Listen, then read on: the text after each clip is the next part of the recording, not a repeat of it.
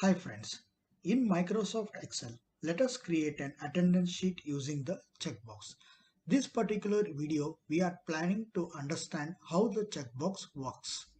For this, I am going to the Developer tab for inserting the checkbox. And if you are unable to see a Developer tab on your main ribbon, just click on the top ribbon, customize the ribbon, and here you will be having the option to check or uncheck the Developer tab. Check it to see at the top of the ribbon.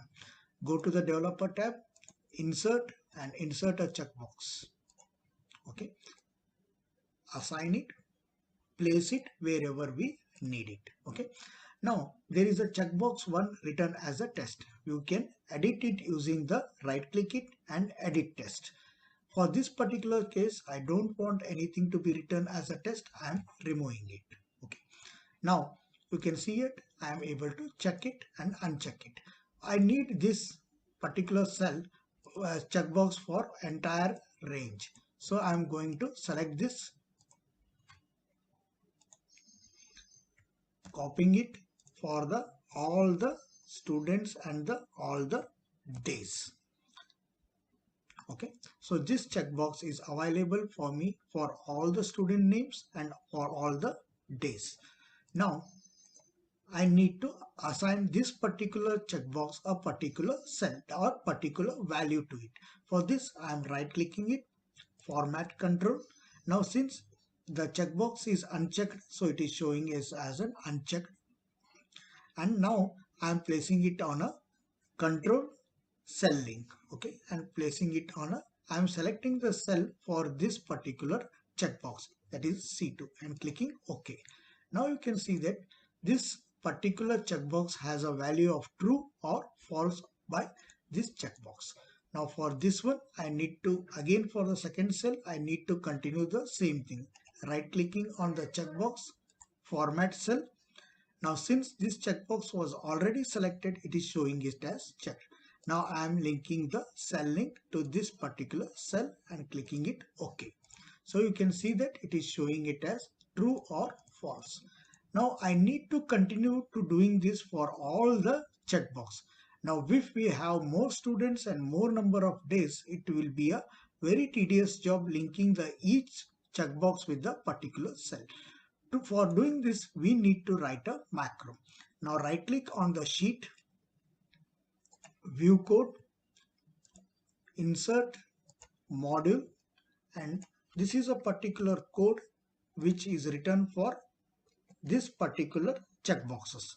Just I will be giving this code at the bottom of the video. Now save this.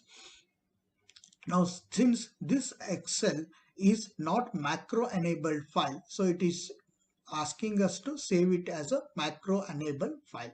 So click no, it will go to save as a type. Now here it is Excel macro enabled template. Select this and save this.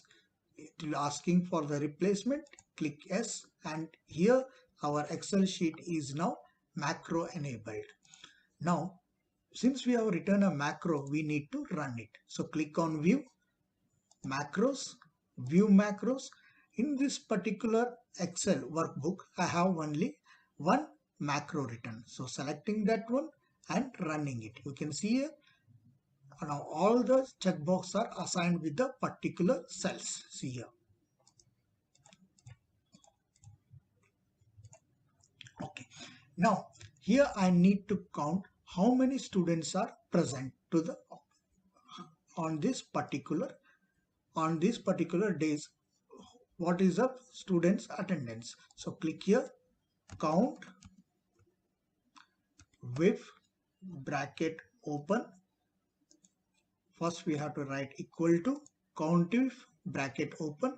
It will be asking me the range. So I am selecting the range here and it is asking me comma. So inserting a comma. Now I need to give a criteria in the quotes. Now what is the criteria? True or false.